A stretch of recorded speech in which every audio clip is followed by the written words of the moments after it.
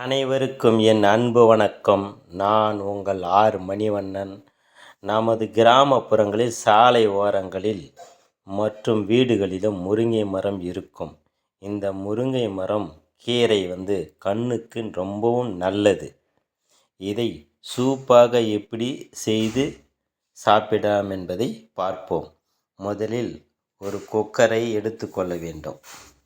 அந்த குக்கரில் நன்கு அழைத்து வைத்திருந்த முருங்கை கீரையை போட வேண்டும். முருங்கைக்கீரை போட்ட பிறகு தக்காளி சேர்க்க வேண்டும். நன்கு சுத்தம் செய்து வைத்திருந்த தக்காளி, சிறிய வெங்காயம், சாம்பார் வெங்காயம் சுத்தம் செய்து வைத்திருந்தது போட வேண்டும்.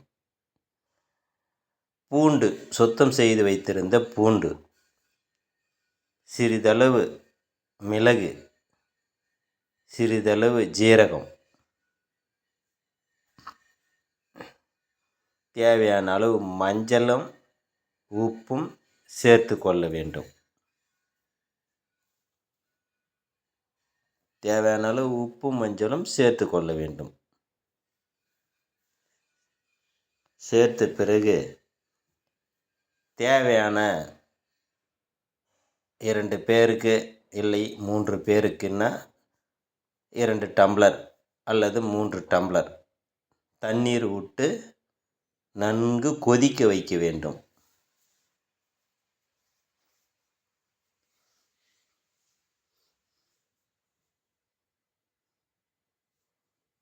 தண்ணீர் ஊற்றிவிட வேண்டும். இந்த மாதிரி தண்ணீர் ஊற்றணும். ஊற்றிட்ட பிறகு குக்கர் மூடியை எடுத்து மூடிவிட வேண்டும். 3 விசில் வந்த பிறகு ஓப்பன் செய்து பார்த்தால் சூப்பு ரெடியாக இருக்கும். சரி, நீ வெடிகட்டிட்டு முதல்ல இதை வடிகட்டி ஒரு டம்ளரில் வடிகட்டி ஊற்று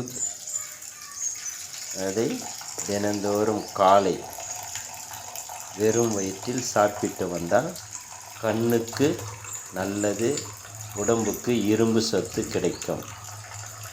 இதை அனைவரும் பயன்படுத்துங்கள். நன்மையாக இருந்தால் இந்த சேனலை சப்ஸ்கிரைப் செய்யவும், லைக் பண்ணவும், ஷேர் பண்ணவும், கமெண்ட் செய்யவும். நன்றி, வணக்கம்.